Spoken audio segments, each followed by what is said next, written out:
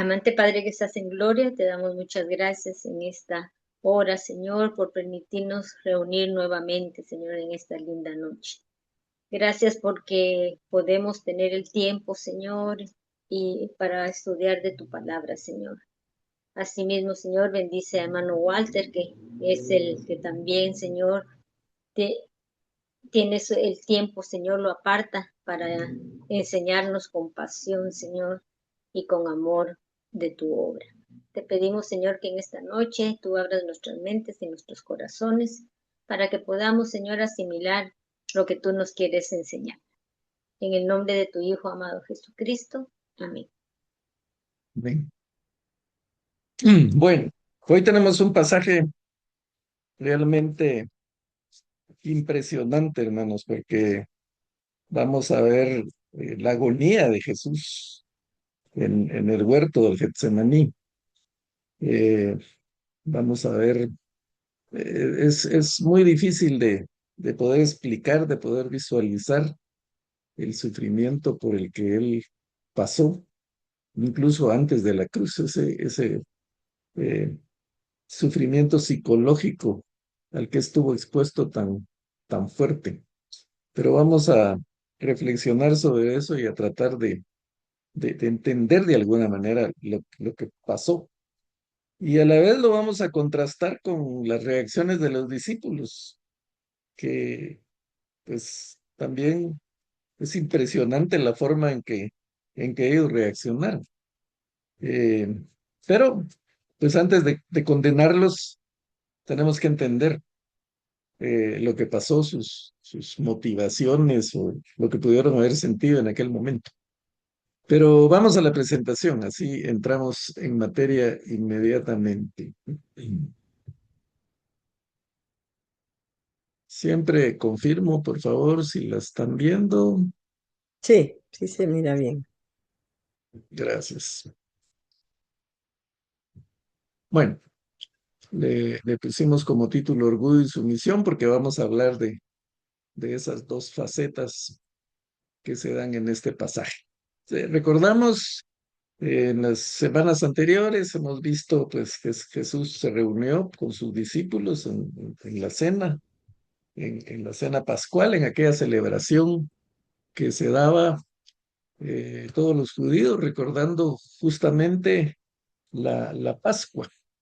La Pascua, como mencionamos anteriormente, significaba pasar por alto, porque recordaba el momento en que el ángel que estaba matando a los primogénitos pasó por alto a todas las casas del pueblo de Israel que tenían los dinteles de las puertas rociados con la sangre del cordero.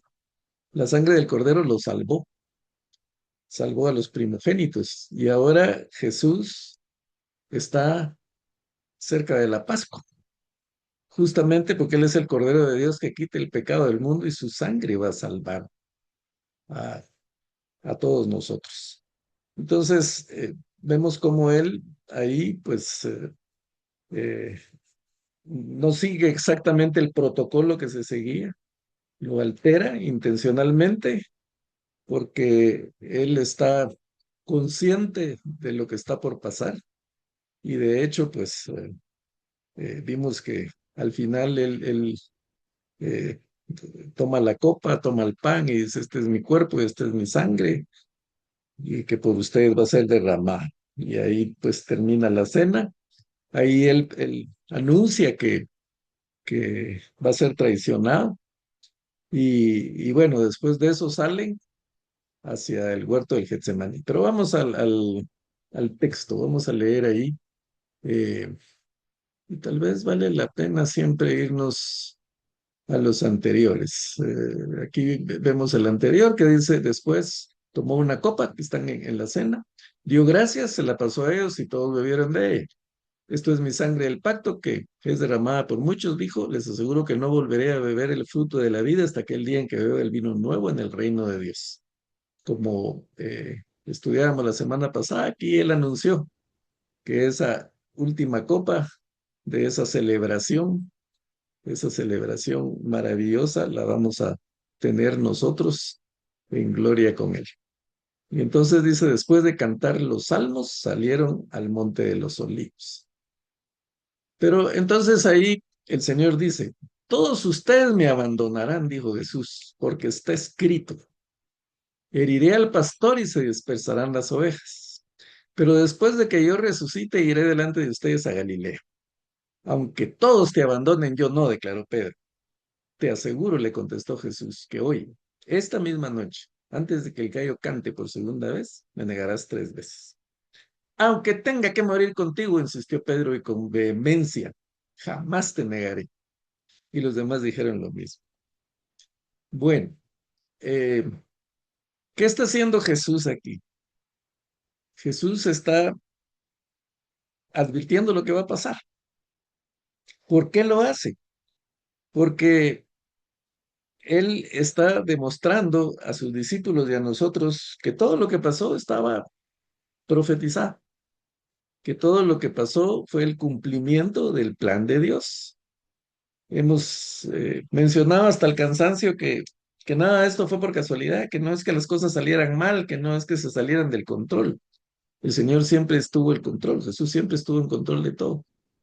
Y entonces Él cita el Antiguo Testamento, ha venido citando el Antiguo Testamento para demostrar que todo lo que está pasando ya estaba, ya estaba previsto, ya estaba desde antes de la fundación del mundo, decidido por Dios lo que iba a pasar.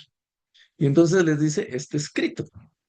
Eso, está escrito significa, está en el Antiguo Testamento, está en la ley, en lo que ellos llamaban el Tanaj, que era la ley, y los profetas, el Pentateuco, que era lo que se consideraba como la ley, y los libros de los profetas, en síntesis, pues, lo que para nosotros es el Antiguo Testamento. Eso, todo lo que pasó estaba escrito ahí, por eso cuando alguien no ha leído la Biblia, nunca, pues se le recomienda que empiece a leer el Nuevo Testamento primero y que después lea el Antiguo, porque es la forma de encontrarle sentido. Hay muchas cosas del Antiguo Testamento que no entendemos, aunque hay historia también ahí, pues, pero hay cosas que no entendemos, pero el Antiguo Testamento se interpreta a la luz del Nuevo, porque el Nuevo es donde Jesús, pues, nos demuestra que todo lo que pasó estaba escrito. Entonces les dice a los discípulos, escrito está, heriré al pastor y se dispersarán las ovejas. Eso, ahí Jesús está citando a eh, Zacarías. Zacarías, en el capítulo 13, podemos encontrar esta profecía. Y Zacarías capítulo 13 y versículo 7 dice, levántate, oh espada contra el pastor, y contra el hombre compañero mío, dice Jehová de los ejércitos. Hiere al pastor y serán dispersadas las ovejas. Pero antes de, eh, poder entrar a analizar esto, vámonos un poco atrás en este mismo pasaje de Zacarías, solo que en el capítulo 12. En el capítulo 12, eh,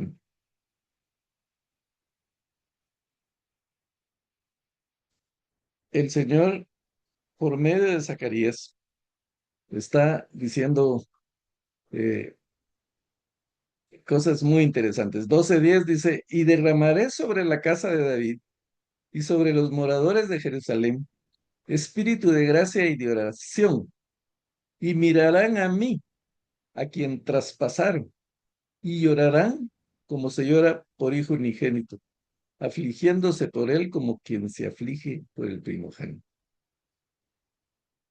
¿Quién está hablando aquí? Está hablando Dios por medio del profeta Zacarías. ¿Y qué es lo que Dios está diciendo? Derramaré sobre la casa de David, o sea, sobre Jerusalén, y sobre los moradores de Jerusalén, espíritu de gracia y de oración. Está hablando cómo Él va a manifestar su gracia.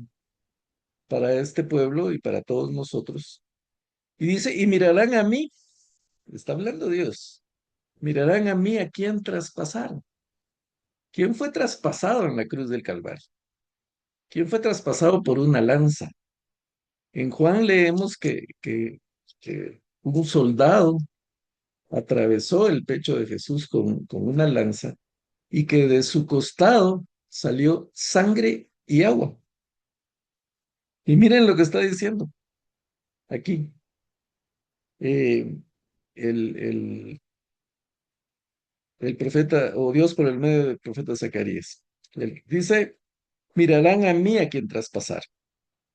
Pero el capítulo 13 dice, en aquel tiempo habrá un manantial abierto para la casa de David y para los habitantes de Jerusalén, para la purificación del pecado y de la inmundicia.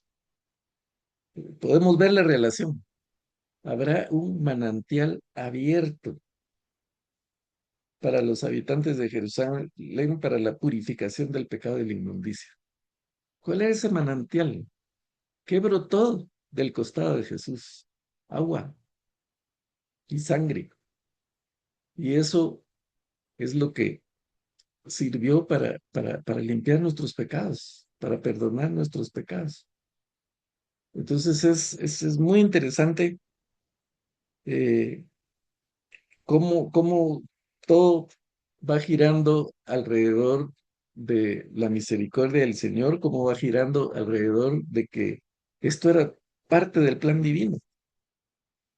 Y Jesús está citando este pasaje aquí. La pregunta es, ¿los discípulos lo entendieron? ¿Los discípulos lo relacionaron con el Antiguo Testamento? Sabemos que ellos no eran realmente expertos en la ley.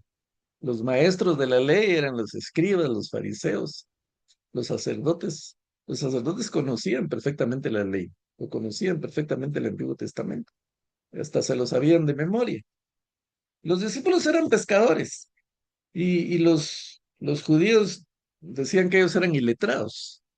Eh, como decir analfabetos, pero no se refería a que no supieran leer ni escribir, sino que les llamaban iletrados o analfabetos a los que no conocían las escrituras, a los que no eran expertos en el manejo de las escrituras. Entonces, podríamos decir a favor de los discípulos que ellos no eran expertos y no conocían muy bien el Antiguo Testamento, aunque la Biblia tampoco dice eso, algo conocerían. Todos los judíos eran educados en el Antiguo Testamento. Entonces, sí algo sabían, pero va, no lo sabían de memoria, no lo recordaron en ese momento, pero Jesús está siendo claro y les dice, escrito está. O sea, Jesús les está diciendo, está ahí, aunque ustedes no lo recuerden, ahí está. Y dice, todos me van a abandonar. Ah, los discípulos tenían sobradas razones para saber que lo que Jesús decía, eso era real, eso se tenía que cumplir, eso, él solo hablaba verdad, él nunca dijo algo que después dijeran los discípulos, ay, nos cuentió, nos dijo esto y realmente no fue así. Todo lo que el Señor dijo, todo lo que el Señor enseñó, ellos pudieron darse cuenta. Y entonces Él está diciendo que está escrito, no solo está escrito, se los estoy diciendo yo. Heriré al pastor y se dispersarán las ovejas. Pero después de que yo resucite y delante de ustedes a Galilea. Pero ¿cuál es la reacción de Pedro? No, estás equivocado. Las escrituras están equivocadas. Porque aunque todos te abandonen, yo no. Obviamente no lo está diciendo así, pero es prácticamente lo que está dando a entender. Está contradiciendo lo que Jesús está diciendo. Está contradiciendo lo que las escrituras han profetizado. Ah, y vemos ahí un espíritu de arrogancia, de orgullo de Pedro. Y no solo de Pedro, sino de todos los demás. Porque vemos al final del versículo 31, Pedro insistió con vehemencia, jamás te negaré. Y los demás dijeron lo mismo. Seguramente todos empezaron, yo tampoco. No, yo menos. Pero Jesús es enfático, ¿verdad? Y le dice, te aseguro, le dice a Pedro, que hoy, esta misma noche, antes de que el gallo cante por segunda vez, me negarás 3 veces. Y Pedro con vehemencia insiste, aunque tenga que morir contigo, jamás te negaré.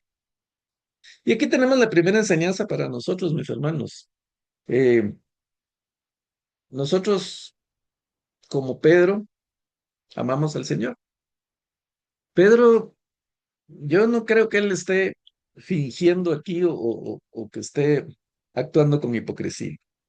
Pedro amaba al Señor. Los demás discípulos lo amaban al Señor. Y lo que él le está diciendo, lo está diciendo de corazón. Él realmente cree que él no va a abandonar al Señor. Él cree que él es capaz de dar su vida para no abandonar al Señor. Pero Jesús le está dando una lección. Te aseguro, le dice Jesús. No, no, no, no le está diciendo, mira, a lo mejor me vas a abandonar. No, te aseguro que no mañana, no dentro de un mes, esta misma noche, dentro de un rato, antes de que el gallo cante por segunda vez, me negarás 3 veces. Y Pedro lo negó. Lo vamos a ver en detalle más adelante, pero él lo negó. Lo negó 3 veces. Incluso maldijo y juró que el Señor me maldiga, dijo, si yo conozco a ese hombre. Imagínense eso. Y bueno, pues la primera impresión nuestra es decir, este Pedro se pasó, ¿va? O sea, eh, no debió hacer eso. Pero es fácil juzgarlo, pero tenemos que analizarnos nosotros mismos. Tenemos que reflexionar, para eso son las escrituras, para eso son las enseñanzas que Jesús nos dejó, para que reflexionemos y nos analicemos nosotros mismos. Nosotros realmente creemos que somos mejores de lo que somos. Muchas veces nosotros nos consideramos muy espirituales y realmente eh, todos estamos en peligro de caer. Eh, amamos al Señor, queremos hacer su voluntad. Yo creo que todos los cristianos de verdad, ¿verdad? Porque hay cristianos nominales que pues, solo dicen ser cristianos, pero no hay ningún compromiso. Pero todos los que estamos comprometidos, que tenemos el compromiso de servir al Señor, que amamos al Señor, que queremos hacer su voluntad, realmente lo queremos hacer. Realmente queremos obedecer, realmente queremos hacer su voluntad. Pero no está en nosotros, no depende de nosotros. Y por eso el apóstol Pablo dice, ninguno tenga un más alto concepto de sí que el que debe tener. Y debemos de tener cuidado, porque hemos mencionado muchas veces el pasaje de 1 Corintios 10:12, donde Pablo dice, el que cree que está firme, mire que no caiga, tenga cuidado de no caer. Y en Proverbios capítulo 3 y versículo 5 dice, fíate de Jehová de todo tu corazón. ¿Y qué? Y no te apoyes en tu propia prudencia. Nosotros somos dados a sentirnos fuertes. Y como yo amo al Señor, yo no lo voy a defraudar. Como yo amo al Señor, yo no lo voy a negar. Los demás no están comprometidos, yo sí. Los demás pues solo dicen que aman al Señor, pero yo de verdad lo amo. Entonces yo sí soy sincero. Los demás no. O a los demás a lo mejor no, pero yo sí, yo estoy seguro de que yo soy sincero. Yo estoy seguro de que amo al Señor y yo estoy seguro de que no lo voy a defraudar. Y eso es arrogancia, hermanos, eso es ego, ese es el pecado de Pedro y el pecado de los demás discípulos. El creerse autosuficientes, el confiar en su propia prudencia. Entonces la enseñanza para nosotros es no confiemos en nosotros mismos, porque el Señor lo dice más adelante, lo vamos a ver, el espíritu está dispuesto, pero la carne es débil. Y el apóstol Pablo lo menciona también, quién me librará de este cuerpo de muerte? Dice, porque lo que quiero hacer, no hago, y lo que no quiero hacer, eso hago. Porque el hacer está en mí. O sea, mi deseo es hacerlo, pero realmente no soy capaz de hacerlo yo solo. ¿Qué significa eso? ¿Que estamos condenados a pecar? De ninguna manera. El pecado ya no mora en nosotros. Desde el momento que dejamos que el Señor entre a nuestros corazones, el pecado ya no mora en nosotros. Somos templo del Espíritu Santo. Pero el enemigo está ahí. Y el enemigo está queriendo hacernos caer. Si quiso hacer caer a Jesús, ¿cómo no va a querer hacernos caer a nosotros? Entonces debemos estar alertas, debemos estar atentos. Y la manera de no caer, la manera de mantenernos firmes es con lo que vamos a ver más adelante que el Señor les dice. Velad y orad, estén atentos. Lo he mencionado anteriormente y ese es el mensaje para nosotros. Entonces, dos puntos importantes. Primero, nada de lo que está pasando es casualidad. Todo estaba planeado por el Señor y hablado por el Señor mismo en el Antiguo Testamento para que quedara constancia de que todo lo que pasó con Jesús era el plan de Dios. Entonces, no cometamos el error de Pedro ni de los demás discípulos, porque al menos dudemos un poquito de nosotros. Cuando el Señor dice que uno lo va a traicionar, pues todos dicen, seré yo. O sea, ahí hay un momento de duda de ellos, si el Señor, pero tal vez no de duda de ellos, sino que si el Señor cree que ellos son capaces de negarlo o de traicionarlo. Y por eso preguntan. Pero aquí todos insisten en que no lo van a abandonar. ¿Y qué pasó? Esa misma noche todos salieron corriendo, todos lo abandonaron. Todos lo abandonaron, pero Pedro, además de abandonarlo, lo negó y lo negó 3 veces, justo como el Señor lo había profetizado. Entonces, después de eso, de esa profecía del Señor, dice, fueron a un lugar llamado Getsemaní, Jesús y sus discípulos. Y él les dijo, siéntense aquí mientras yo oro. Voy a regresar porque eh, ah, aquí hay algo que se me pasó. Y el Señor les está diciendo lo que va a pasar, que ellos lo van a negar. Ya les advirtió que va a ser crucificado o que va a morir en manos de pecadores. Pero el versículo 28 es interesante, les dice, pero después de que yo resucite, Jesús no ha muerto, no lo han apresado siquiera, pero les está anunciando que va a resucitar. Y si le está diciendo que va a resucitar, pues obviamente primero tiene que morir. No puede resucitar a alguien que no ha muerto. Entonces, de alguna manera les está anunciando su muerte y su resurrección. Eso debería darles consuelo. De hecho, eh, Jesús lo está haciendo para eso, como una promesa. Después de que yo resucite, irá delante de ustedes a Galilea. Creo que en otras versiones dice, y los esperaré en Galilea. ¿Y qué era Galilea? Donde el Señor los llamó. Vimos cuando Él llama a Pedro, a Andrés, a Jacobo y a Juan, fue en el mar de Galilea cuando ellos estaban pescando. Entonces, ¿a qué les está prometiendo? Me van a apresar, me van a juzgar, me van a condenar, me van a matar, pero voy a resucitar y los voy a estar esperando donde los llamé, en Galilea. ¿Lo entendieron? No, ni siquiera pusieron atención. Mi esposo me acusa muchas veces de que yo no le pongo atención en lo que me dice, pero ya saben ustedes que tengo el problema que no oigo muy bien, pero aquí los discípulos, Jesús les está diciendo exactamente lo que va a pasar, pero no están poniendo atención. No están entendiendo esa promesa que les hizo, que iba a resucitar y que los iba a estar esperando. Tan no le entendieron que salieron huyendo. Tan no le entendieron que después de que Cristo murió pasaron 3 días en completo desesperación, frustración, tristeza, porque pues en el fondo no creían que Cristo fuera a resucitar. Incluso cuando les anunciaron, ¿verdad? Se recuerdan que Tomás dijo, hasta que yo no lo mire y meta mis dedos en sus heridas, no lo voy a creer. Y Tomás fue sincero en decirlo, los demás no lo dijeron, pero en el fondo, pues creo que era difícil de creer, pero no los podemos acusar, no lo podemos juzgar, es que era algo tan maravilloso, tan milagroso, tan profundo, tan grande, que difícil de entender.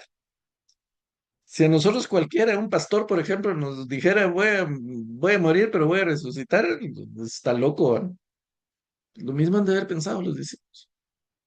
Pero el Señor no dijo nada que no fuera cierto, no dijo nada que no fuera a cumplir.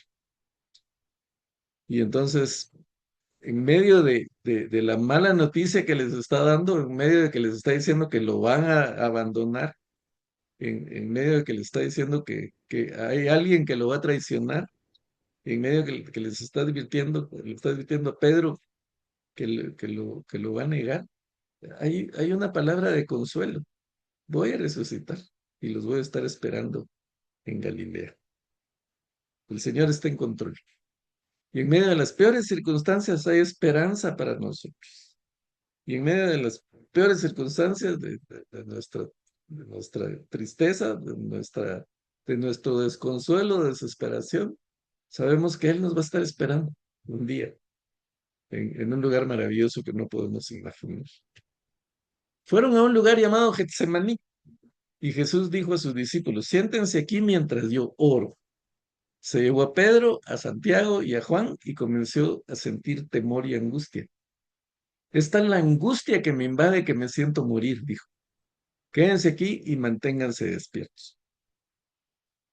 El Getsemaní eh, era un lugar privado que probablemente eh, alguien le daba a Jesús como que la autorización para poder entrar a ese lugar. No sabemos de quién era el lugar, era un lugar prestado. Como ya dijimos anteriormente, Jesús nació en un lugar prestado, vivió en casas prestadas, entró, se traje, triunfar a Jerusalén en un burrito prestado, eh, fue enterrado en una tumba prestada. Y aquí, pues seguramente el Getsemaní era el lugar que le prestaban a él, un lugar exclusivo, porque de lo contrario hubiera habido más gente aquí, pero solo se habla de que Jesús entra, primero deja a 8 de sus discípulos afuera, toma solo 3, y después él deja a esos 3 también y se va aparte a orar solo. Les dice, espérenme, siéntense aquí mientras yo oro. Ahí dejó a 8 y se lleva a 3, a Pedro, a Santiago, a Juan, y que eran los más cercanos, los más íntimos, y abre su corazón con ellos, se les dice exactamente cómo se siente. Siento temor y angustia. Es tal la angustia que me invade que me siento morir. En otro de los evangelios dice, mi alma está triste hasta la muerte. Es una depresión fuerte en la que Jesús está. Y eso nos demuestra su humanidad, Él siendo el Hijo de Dios, Él siendo Dios, está pasando por la mayor tristeza que nosotros podamos pasar, la mayor depresión a la que nosotros podemos someternos. ¿Y por qué? Primero porque sabe lo que va a pasar, sabe todo lo que va a sufrir. Los evangelios se quedan cortos a la hora de describir el sufrimiento de Jesús en la cruz. Ninguno de los evangelistas detalla realmente cómo fue el sufrimiento de Jesús en la cruz. Dan algunos datos, pero no es exactamente lo que pasó. Sin embargo, eso también estaba profetizado en el Salmo 22. De hecho, el Salmo 22 empieza con las palabras que Jesús dijo en la cruz. Dios mío, ¿por qué me has desamparado? Hasta en la cruz del Calvario Jesús está mencionando el Antiguo Testamento para demostrarnos que todo está saliendo como estaba profetizado. Y en ese Salmo 22, no lo vamos a leer todo porque por tema de tiempo, pero dice, ¿por qué estás tan lejos de mi salvación y de las palabras de mi clamor? Dios mío, clamo de día y no respondes, y de noche no hay para mí reposo, pero tú eres santo, tú que habitas entre las alabanzas de Israel, en ti esperaron nuestros padres, esperaron y tú lo libraste. ¿Abandonó Dios a Jesús? Sí. Jesús tenía que sentir el abandono de Dios, porque Jesús va a cargar el pecado del mundo, el pecado de todos nosotros. Y un Dios santo no puede estar en comunión con el pecado. Entonces, en el momento que Jesús carga el pecado de todos nosotros, Dios se aparta. Ese Dios santo se aparta, porque en él no puede haber pecado. Es un misterio para nosotros porque Jesús es Dios. Sin embargo, el dolor que Jesús siente está, hay muchas causas para él. Primero, el saber que sus discípulos, sus amigos más cercanos, porque los discípulos fueron la familia de Jesús, eh, estuvieron más cercanos que sus propios hermanos, y esa familia, esa gente tan cercana a la que él amó tanto, lo abandonan, se van corriendo como conejos a la hora del peligro. Uno de esos amigos íntimos lo traiciona, Judas, otro lo niega. Entonces hay un sufrimiento, un dolor por lo que ellos hicieron, pero aparte hay el dolor de saber lo que le espera. Dice el Salmo 22, soy gusano y no hombre, oprobio de los hombres y despreciado por el pueblo.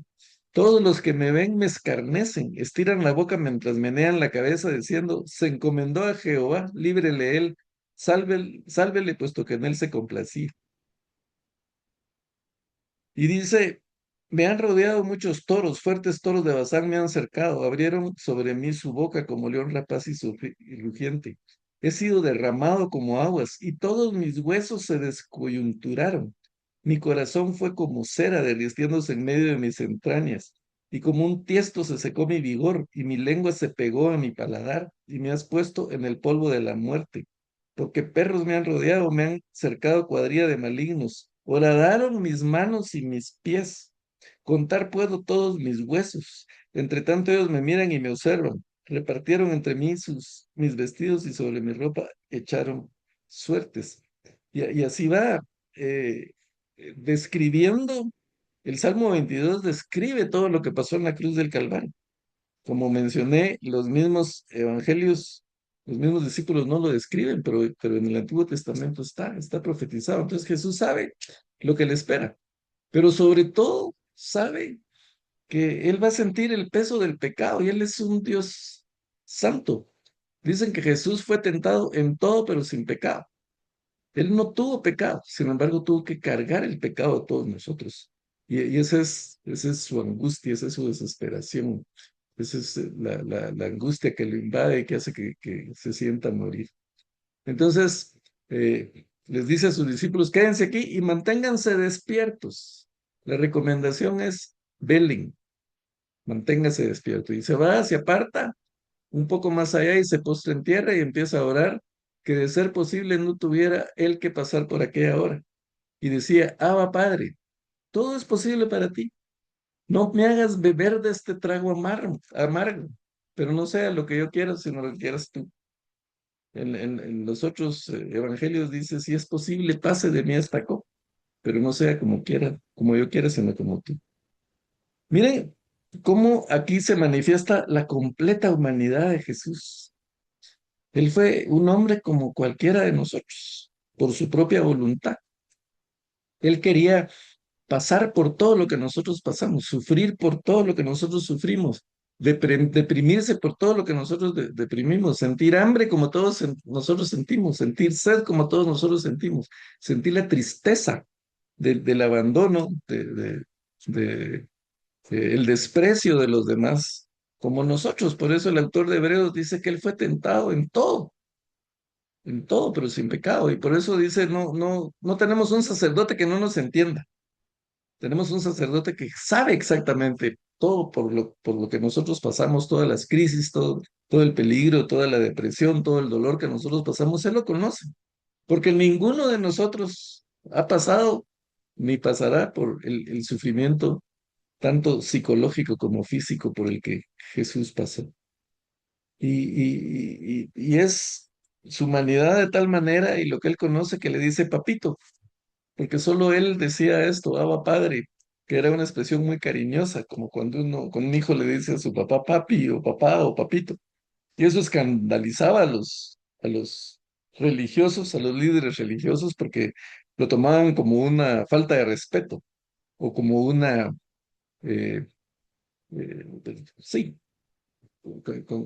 contra Dios, porque creían en un Dios justiciero, dictador, inclemente, y Jesús lo trata con ese amor, con esa confianza que hay entre un padre y un hijo. Y le dice, papito, no me hagas pasar por esto, no quiero este trago amargo, no quiero sentir tu abandono, sentir el peso del pecado de toda la humanidad. Y dice Marcos que 3 veces regresó, eh, hizo esa petición y iba con sus discípulos y después regresaba a orar otra vez, regresaba con sus discípulos y así 3 veces con la misma petición. Pero está angustiado, como dice ahí, está totalmente deprimido. Eh, Jesús eh, dice que sudaba como gotas de sangre. Era tal su angustia, su aflicción, que empezó a sudar sangre y eso es bueno, una condición médica muy rara, pero que existe, que se llama hematidrosis. Y sucede que la tensión, la preocupación, la depresión es tan fuerte que los vasos capilares se rompen y se mezclan con las glándulas sudoríparas, entonces, pues, se suda sangre. No sé si le ha pasado a algún ser humano en alguna oportunidad, probablemente sí, puesto que los médicos conocen esa situación y cómo se llama, pero solo se da en casos totalmente extremos. Ah, eh, Mateo, Mateo dice, tomando a Pedro y a los 2 hijos de Zebedeo, comenzó a entristecerse y angustiarse en gran manera. Entonces Jesús les dijo, mi alma está muy triste hasta la muerte, quedaos aquí y velad conmigo. Yendo un poco adelante, se postró sobre su rostro orando y diciendo, Padre mío, si es posible, pase de mí esta copa, pero no sea como yo quiero, sino como yo. Vino luego a sus discípulos y los halló durmiendo y dijo a Pedro, así que no has podido velar conmigo una hora. ¿Cuánto tiempo pasó Jesús orando? No sabemos, pero de- encontramos aquí que la primera vez, por ejemplo, había, había orado más de una hora. Y le dice, velad y orad para que no entréis en tentación. El espíritu, la verdad, está dispuesto, pero la carne es débil. Aquí el Señor nos demuestra, pues, que aunque tengamos las mejores intenciones de hacer las cosas bien, de hacer su voluntad, de hacer lo que Él desea, pues tenemos una lucha interna. Incluso dice que no es la lucha contra sangre ni carne, sino contra principados y potestades. Y dice otra vez fue y oró por segunda vez diciendo, Padre mío, si no puede pasar de mí esta copa sin que yo la beba, hágase tu voluntad. Vino otra vez y los halló durmiendo porque los ojos de ellos estaban cargados de sueño. Y dejándolos se fue de nuevo y oró por tercera vez diciendo las mismas palabras. Entonces vino a sus discípulos y les dijo, dormid ya y descansad. He de aquí ha llegado la hora y el Hijo del Hombre será entregado de manos de pecadores. Levantaos, vamos, ved, se acerca el que me va a entregar. Eh, el Getsemaní era un lugar que estaba al pie del Monte de los Olivos. El Monte de los Olivos, pues como su nombre lo indica, era un lugar donde habían olivos. Y de los olivos, pues eh, salían las aceitunas, o salen las aceitunas, y el Getsemaní, ese lugar era donde machacaban las aceitunas, las exprimían, las prensaban para sacarles el aceite. Y eso es lo que está pasando con Jesús. Su alma está así, está machacada, está prensada, está en la mayor parte del sufrimiento. El significado de la palabra Getsemaní es eso, donde se trituran las aceitunas para sacarles el aceite. Todo eso nos da una idea, una vaga idea, porque realmente no es difícil de imaginar por lo que el Señor está haciendo. Y la copa en el Antiguo Testamento tiene significado de la ira de Dios en todo. El Salmo 75, versículo 8 dice, porque el cáliz está en la mano de Jehová y el vino está fermentado, lleno de mistura, y él derrama del mismo hasta el fondo lo apurarán y lo beberán todos los impíos de la tierra. Vemos aquí pues que se refiere, el cáliz o la copa se refiere a la ira del Señor. El Señor está derramando toda su ira en su Hijo Jesucristo. Ahora, ¿era posible para Dios evitar eso? Eh, tú, tú puedes todo, dice Jesús. Tú sí es posible que pase en esta copa, pero no era posible. No era posible porque era la única manera de que nosotros no pagáramos por nuestros pecados. Era la única manera de que Él, de que Jesús estuviera como sustituto por nuestros pecados. Hay una historia que, pues, realmente no, puede ser una historia ficticia, aunque muchos identifican y le ponen nombre al protagonista, pero en términos generales es un comandante. Hay versiones que le identifican como un líder en tiempos de guerra. eh, y dice que él estableció un edicto para restaurar el orden. Y él dijo, cualquier persona que sea sorprendida robando comida o desobedeciendo un toque de queda será castigada públicamente con un número severo de latigazos.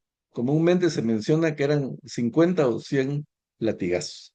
Su objetivo era ser un ejemplo de disciplina inquebrantable para sus tropas y para el pueblo. Sin embargo, los guardias en una oportunidad detienen a una mujer porque había faltado, porque probablemente estaba robando comida para, para dar a algún necesitado o porque ella misma tenía hambre.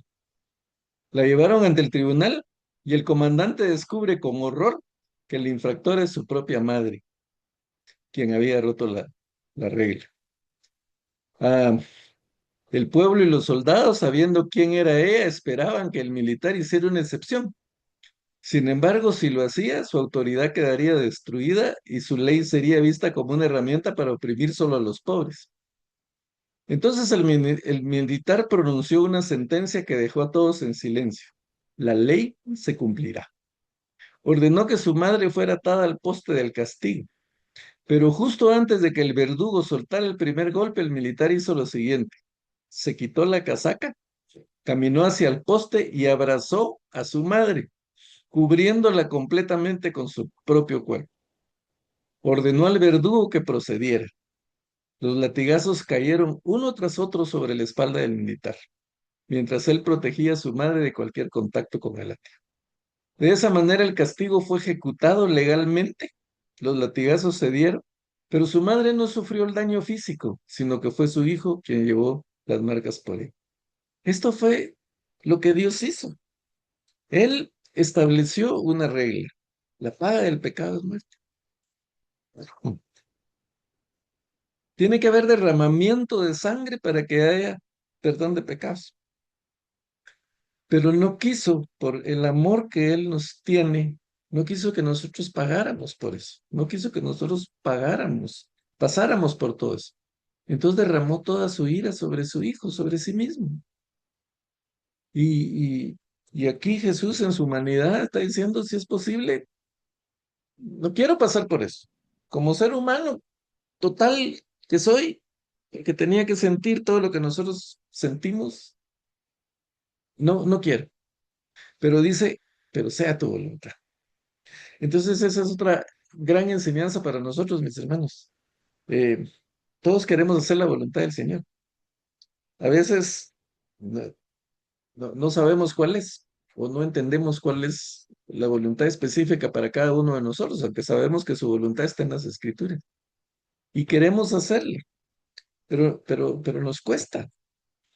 Eh, hacer su voluntad en medio de la crisis, en medio del dolor, en medio de situaciones difíciles, económicamente, familiarmente, pues nos cuesta hacer la voluntad del Señor. Y muchas veces estamos en soledad. La crisis, la desesperación nos arrastra a la soledad y ahí en medio de la soledad estamos luchando, tenemos un conflicto interno por querer hacer lo que el Señor quiere, pero nuestra humanidad nos dice que no. Tal vez queremos servir al Señor, tal vez queremos cumplir su propósito, tal vez queremos hacer alguna misión especial, pero, pero estamos luchando en contra de nuestra propia humanidad. La lucha de Jesús fue en el Getsemaní. Una vez que él se sometió a la voluntad de Dios, que hizo, no sea lo que yo quiero, sino lo que tú, se levantó, fue con sus discípulos, ya no hubo lucha, ya no hubo sufrimiento, ya él fue a la cruz, podríamos decir con la cabeza erguida, porque vienen a mí, les dice a sus captores con palos, con piedras. Aquí estoy, no soy un perro aquí, llévenme, hagan lo que tienen que hacer. Y entonces, hermanos, cuando ponemos nuestras preocupaciones, cuando ponemos todo en las manos del Señor, pues tiene que venir la paz, tiene que venir la calma y decir, bueno, ya, se lo dejé al Señor en sus manos, que se haga su voluntad. Y esa debe ser nuestra actitud. No es fácil, cuesta mucho, pero con la ayuda del Señor podemos hacerlo. Ya mencioné, con nuestros propios medios no, con nuestra propia prudencia no, con nuestra propia voluntad no, pero el Señor nos da la clave. Vele y oren para que no entren en tentación. Aquí lo dice en Marcos. Volvió a sus discípulos y los encontró dormidos. Simón le dijo a Pedro, ¿estás dormido? ¿No pudiste mantenerte ni una hora? Tú que dijiste que ibas a dar tu vida por mí. Tú que dijiste que no me abandonarías. Ni siquiera puedes estar despierto una hora. Permanezcan despiertos y oren para que no caigan en tentación. El espíritu está dispuesto, pero el cuerpo es débil. Ese mensaje es para nosotros. Permanecer vigilantes, atentos, de no caer en tentación. Desconfiar de nosotros mismos, saber que estamos expuestos al pecado, saber que tenemos un engañador que es muy hábil, que es profesional en eso. Entonces, esa es la recomendación para cada uno de nosotros. Una vez más se retiró e hizo la misma oración. Cuando volvió otra vez los encontró dormidos porque se les cerraban los ojos de sueños, no sabían qué decir. Al volver por tercera vez les dijo, siguen durmiendo y descansando. Bye, se acabó. Ha llegado la hora. Miren, el Hijo del Hombre va a ser entregado en manos de pecadores. Levántanse, vámonos. Ahí viene el que me traiciona. Como vemos aquí ya Jesús pasó la crisis, pasó el sufrimiento psicológico. Por supuesto, viene el sufrimiento físico ahora, pero ya no está luchando más, ya no está pidiendo más a Dios que le quite eso. 3 veces lo pidió. ¿Y Dios le contestó? No le contestó, porque no era posible lo que él estaba pidiendo, porque lo que él estaba pidiendo como ser humano estaba en contra de la voluntad de Dios. Pero Jesús dice, no quiero, como humano no quiero, pero no sea lo que yo quiero, sino lo que tú. Entonces, hermanos, esa es una lección para nosotros también, ¿no? No es lo que nosotros queramos, Cuando las cosas no saben como nosotros queremos, a veces nos protestamos y nos rebelamos contra el Señor. Señor, ¿pero por qué? Si yo estaba queriendo hacer las cosas bien, yo quería hacer tu voluntad, yo me quise involucrar en este ministerio y entonces, ¿por qué me pasa eso? Pero eh, el Señor es soberano y Él sabe lo que, lo que tiene que hacer. El apóstol Pablo dice que 3 veces le pidió al Señor que le quitara ese aguijón que él tenía. Él tenía una enfermedad. Algunos creen que se estaba quedando ciego. El tema es que él podía orar y para que los enfermos sanaran. El Señor lo usaba para eso, actuaba a través de eso. Sin embargo, 3 veces le pidió al Señor que le quitara ese aguijón en la carne, esa enfermedad que él tenía, y la respuesta del Señor es, bástate mi gracia porque mi poder se perfecciona en la debilidad. Entonces, cuando no es la voluntad del Señor, pues por mucho que le pidamos, las cosas no van a ser así. Y entonces tenemos que aceptar la voluntad del Señor con, con, con la forma, con la sumisión que Jesús lo dijo. Los Pedro y los discípulos les mostraron mucho orgullo, orgullo que nosotros mismos tenemos, cada uno de nosotros padece de ese orgullo, pero Jesús demostró sumisión total sometiéndose a la voluntad de su Padre. ¿Para qué? Para que nosotros pudiéramos obtener el perdón. Por amor a nosotros hizo todo eso. Entonces, hermanos, eso es el pasaje de hoy. Seguimos la próxima semana ya estamos en los últimos versículos, ya estamos en la recta final, eh, pero pues esto nos enseña lo que es el sufrimiento de Jesús. No leímos todos los pasajes que se refieren a la copa. Isaías 51:22 dice, así dijo Jehová tu Señor y tu Dios, el cual aboga por su pueblo. He aquí he quitado de tu mano el cáliz del aturdimiento, los sentimientos del cáliz de mi ira, nunca más lo beberás. Y Jeremías 25:5 dice, cuando decían, volveos ahora de nuestro mal camino y de la maldad de vuestras obras, y moraréis en la tierra que os dio Jehová a vosotros y a vuestros padres para siempre. Porque así me dijo Jehová Dios de Israel, toma de mi mano la copa del vino de este furor y da a beber de él a todas las naciones a las cuales yo les envío. O sea, la copa era sinónimo de la ira del Señor pues la derramó sobre su Hijo Jesucristo como pudimos ver. Entonces, pues eso es el tema de hoy. Como dije, ya estamos por entrar a eh, el momento cumbre, podríamos decir, cuando juzgan a Jesús. Vamos a ver cómo Jesús es juzgado injustamente y pues al final la maravilla y el gozo de su resurrección. Así que no se pierdan los estudios que vienen.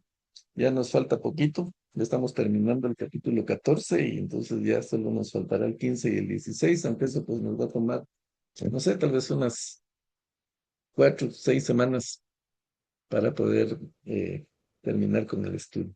Aunque yo no lo quiero terminar, no sé si ustedes, pero está tan interesante que quisiéramos seguir, ¿verdad?